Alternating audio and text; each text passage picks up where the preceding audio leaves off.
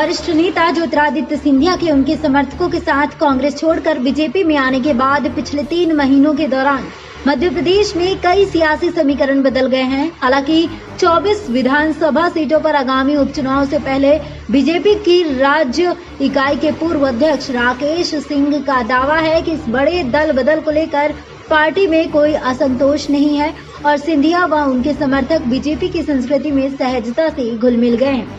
राकेश सिंह ने शुक्रवार को कहा, सिंधिया और उनके साथ यानी कि कांग्रेस छोड़कर बीजेपी में आए नेताओं को लेकर हमारी पार्टी में कहीं कोई असंतोष या नाराजगी नहीं है। उन्होंने कहा, सिंधिया और उनके साथ बीजेपी में आए नेताओं ने पार्टी की रीति नीतियों को आत्मसात कर लिया है। इससे बीजेपी के सभी नेता और कार्यकर्ता उनके साथ बहुत सहज महसूस कर रहे हैं। लोकसभा में जबलपुर क्षेत्र की नुमाइंदगी करने वाले बीजेपी नेता ने एक सवाल पर कहा, हमेशा से बीजेपी की पहली प्राथमिकता कमल का फूल चिन्ह और पार्टी का ध्वज रहा है, लेकिन बीजेपी सिंधिया के सम्मान की सदैव पूरी चिंता करेगी। सूबे की 24 विधानसभा सीटों पर आगामी उपचुनावों से पहले कांग्रेस की ओर से सिंधिया पर विश्वासघात करने के आरोपों के साथ तीखे हमले किए जा रहे हैं। राकेश सिंह ने पलटवार करते हुए कहा, पुरानी कहावत है कि खिसियानी बिल्ली खंभा नोचे।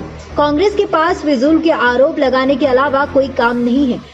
उन्होंने सोशल मीडिया की इन अटकलों को खारिज किया कि आगामी उपचुनाव में देवास जिले की हाटपिपल्या विधानसभा सीट से टिकट नहीं मिलता देखकर पूर्व मंत्री दीपक जोशी ने बीजेपी छोड़ने का मन बना लिया है।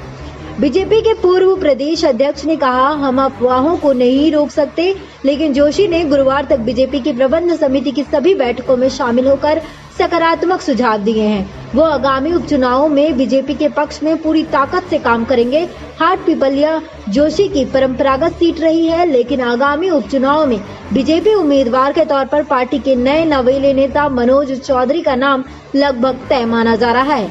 चौधरी कांग्रेस के उन 22 बागी विधायकों में शामिल हैं जो सिंधिया की सरपरस्ती में विधानसभा से त्यागपत्र देकर बीजेपी में शामिल हो गए थे। इस दल बदल के साथ ही तत्कालीन कमलनाथ सरकार अल्पमत में आ गई थी। नतीजतन कमलनाथ को 20 मार्च को मुख्यमंत्री पद से इस्तीफा देना पड़ा था। इसके बाद शिवराज सिंह चौहान के नेतृत्व में बीजेपी 23 मार्च को सूबे की सत्ता में लौट आई थी। SPN 9 न्यूज रूम से श्रुति की रिपोर्ट।